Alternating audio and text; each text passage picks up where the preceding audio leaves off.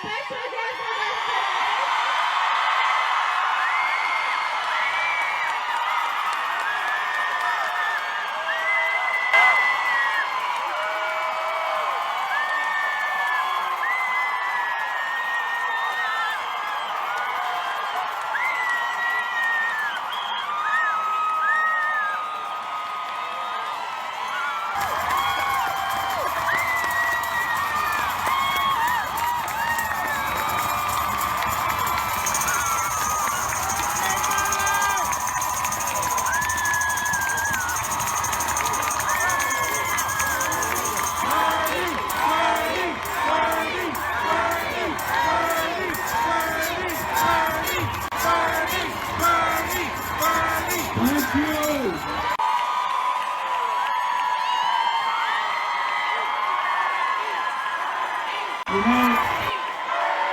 I have been driving down the interstate for many years,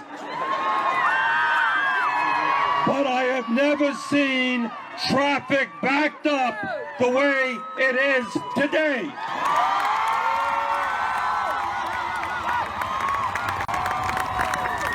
And I have never seen more people here at the State House than I've seen today.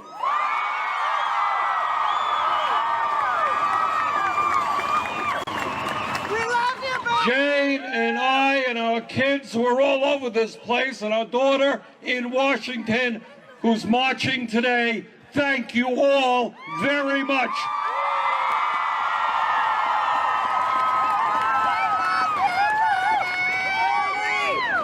What we are saying today here in Montpelier, in Washington, in Los Angeles, and all over this country, Mr. Trump, we are not going backwards, we are going forwards.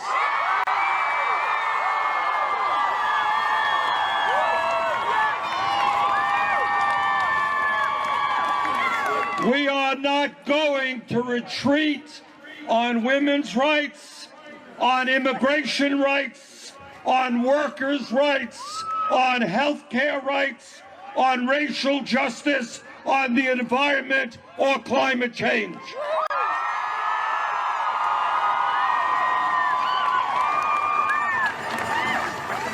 Mr. Trump, I've got bad news for you.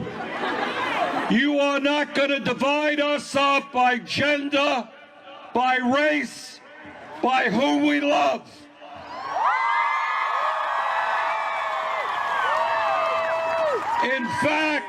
In fact, your bigotry and your ugliness are going to bring us together in a progressive movement.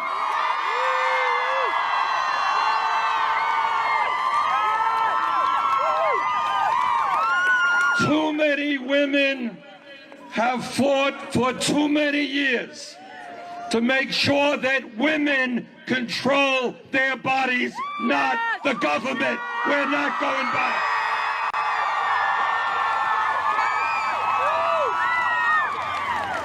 Too many women have fought for too many years for equal pay, for equal work. We are not going back. 2.5 million people, mostly low-income women, go to Planned Parenthood for quality health care. We are not going back.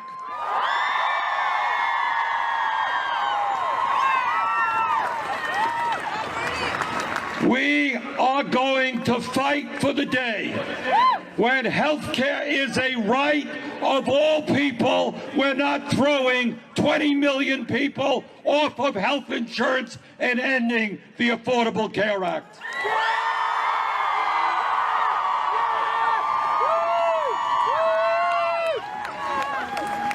Yesterday, at his inauguration, Mr. Trump told the American people that he was for working people and against the establishment. But right behind him, in the VIP section, were billionaire after billionaire after billionaire who are the establishment.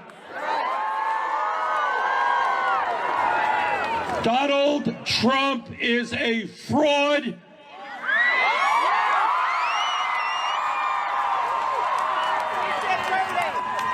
And the American people will understand this.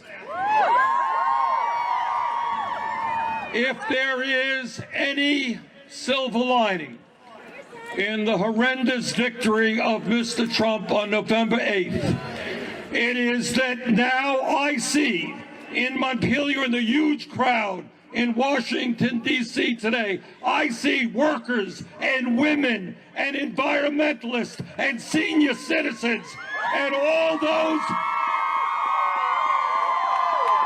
I see our people coming together. And the lesson that Trump and his friends are going to learn is they are not going to divide us up, but black and white and Latino and Native American, Asian American, gay and straight, man and woman, young and old.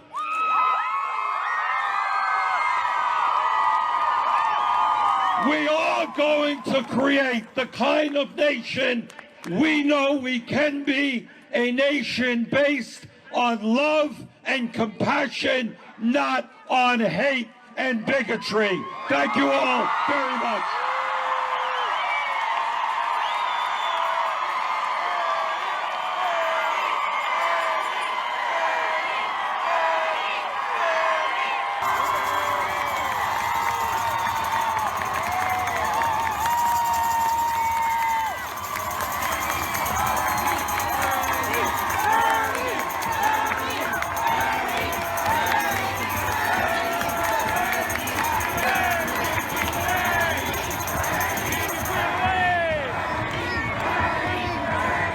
Thank you, Bernie.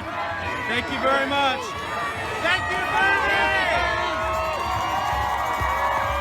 Thank you, Jay! So we as a people have come a long way in terms of women's rights, but we still have quite a ways to go. And Bernie is right. We cannot go backwards. We must continue forward and keep making progress until women are finally able to obtain the equality they so rightfully deserve. And one of the major issues that we still have a ways to go in terms of women's rights, is pay equity for women. Pay equity for women is an issue that we really have to address. It is unacceptable that women only earn 80 cents on the dollar compared to men. Women deserve the whole dollar. Furthermore, in regards to pay equity for women, there's another stat that you may not be aware of, and that is that women only own 32 cents on the dollar compared to men. Now, unbelievably and inexcusably, there is a lot of opposition and hostility towards the idea of pay equity for women. I mean, people get really mad when you bring up the idea.